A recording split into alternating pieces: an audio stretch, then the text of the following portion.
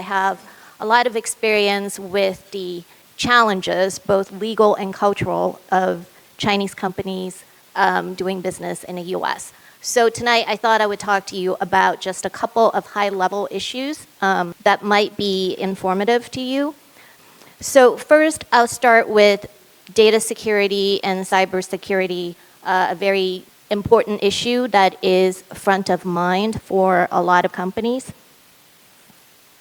In the area of data privacy, there are just a lot of different laws that are coming into place. Over 100 countries have data privacy laws. In China, also in India, in the Middle East, and then in the US, we also have a lot of different states have their own data privacy laws, which I'll be going into later.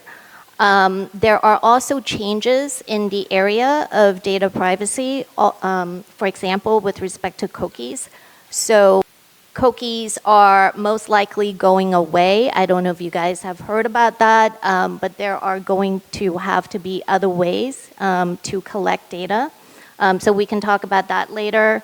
And then with respect to data that is being shared with China, there is a new law that has come out from the Department of Justice that looks at how sensitive the data is and whether that can be shared with affiliates in China. So we can go into more detail about that as well. So in the US, currently there is no one set of federal data privacy laws. There are 356 federal and state laws that govern data privacy. What that means is, in general, there's a lot of compliance that needs to be done in the area of data privacy. And at the state level, there are 20 different states that have come out with these laws. And here are the states that have their own data privacy laws, California being the strictest and with the most requirements. So if you have a company in California, come talk to me, because the compliance requirements are going to be quite strict, and it's just, it can be very challenging to do business in California, but at the same time, it is one of the largest economies in the world, so you can't really get away from that. So there are some common issues that most of these, or all of these data privacy laws govern. One is notice, right? Transparency, providing notice to consumers of how their data is being used. Giving them consent rights, giving them deletion rights, the ability to delete their data. You need to have security measures, reasonable security measures, and you need to have contractual protections and agreements with your vendors to protect the data. And then in California, you also need to have California employee privacy policies, job applicant privacy policies, compliance around how your employees and your customers' data are being protected. Different areas of data privacy compliance issues that should be looked at. So privacy notices, terms of use, playbook for how consumer information is going to be protected and deleted, gap analysis, data mapping, and so on. So if you are doing business in the US, I really encourage you to have an incident response plan for what happens when there is that cyber attack or that ransomware incident or scams or phishing attacks, because it has happened to the biggest companies in the US, and I'm sure you guys have read it in the news. So it will happen. Don't think that it won't happen to you, because it's happened to some of the biggest companies. And so it's really important to have this incident response plan. Are you preparing? Are you training? Are you having tabletop exercises? so that when that happens, and most importantly, do you have cyber insurance? Because when that happens, you want to be able to act very quickly. So one thing that I do want to go into a little detail about is the exchange and transfer of US consumer data to China. Recently, as some of you might have heard, the DOJ came out with rules regarding the sharing of bulk data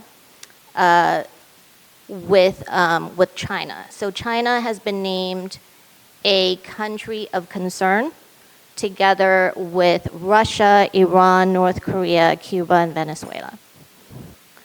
So and by the way, this first came out as an executive order from President Biden, and then it was followed up in the Trump administration with the DOJ implementing rules.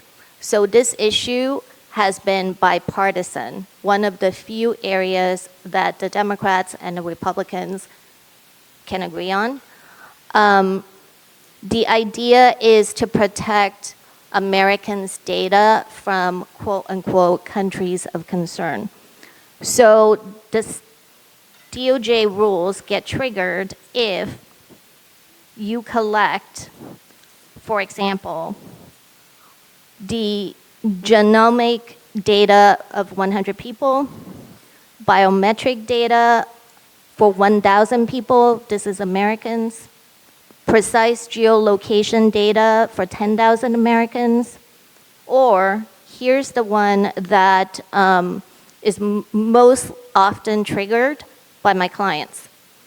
If you collect any of the two pieces of information for at least 100,000 Americans, you are going to fall within this statute. So that's demographic or contact information, name, address, email, phone number, and financial information or device information or advertising identifiers or username and password. That is going to be most retail clients. If they have more than 100,000 customers, this is going to be triggered. So what does that mean?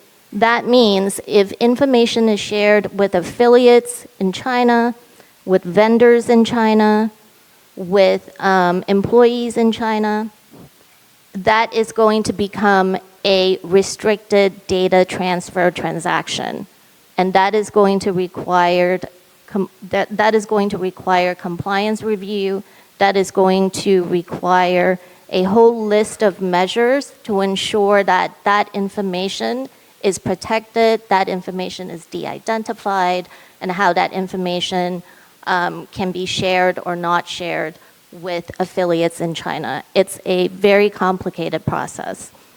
So, for example, if you have websites or mobile apps, or if you have parents or affiliates in China, if you are licensing or training data with AI solutions, if you have the personal data of employees, or if you're sharing that data with contractors in China, all of that is going to trigger this statute. So next I'm gonna touch on international trade. A couple of things to highlight is, as Jack mentioned, review your classification, review your valuation, very important. Review your country of origin, because that is where you can save some money.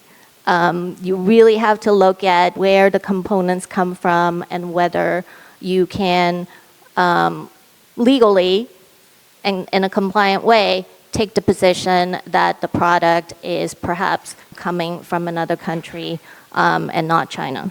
First sale is another way where you can maybe have some savings in terms of your valuation and how much you're claiming in terms of tariffs. And as Jack mentioned, on April 20th is when we believe the CBP system will be up for tariff refunds. So it should be a simple process. If you guys need help, talk to Jack. One thing to consider, if others are helping you import products into the US, you might want to evaluate existing agreements and whether you can recover or have your partners recover some of that tariffs and how that money will be shared. Something else to consider is if you are engaged in M&A transactions, you might want to write into your agreement which party is going to recover those tariffs. And on top of that, this is going to implicate transfer pricing tax issues because different countries are going to be eyeing that money and eyeing that, reimbursement. So you might want to look into how to allocate the tariff refunds as between the different countries and just look at your transfer pricing because that is going to potentially impact taxes. Another thing that I like to just touch upon really quickly is supply chain transparency and audits. So that's something that should be part of your compliance plan as well, particularly for large retailers and manufacturers. So California, which has a ton of regulations, it is the most regulated state in the US. California has its own California Transparency in Supply Chains Act. And that applies to large retailers and manufacturers. If you have global receipts of over 100 million, that is going to apply to you.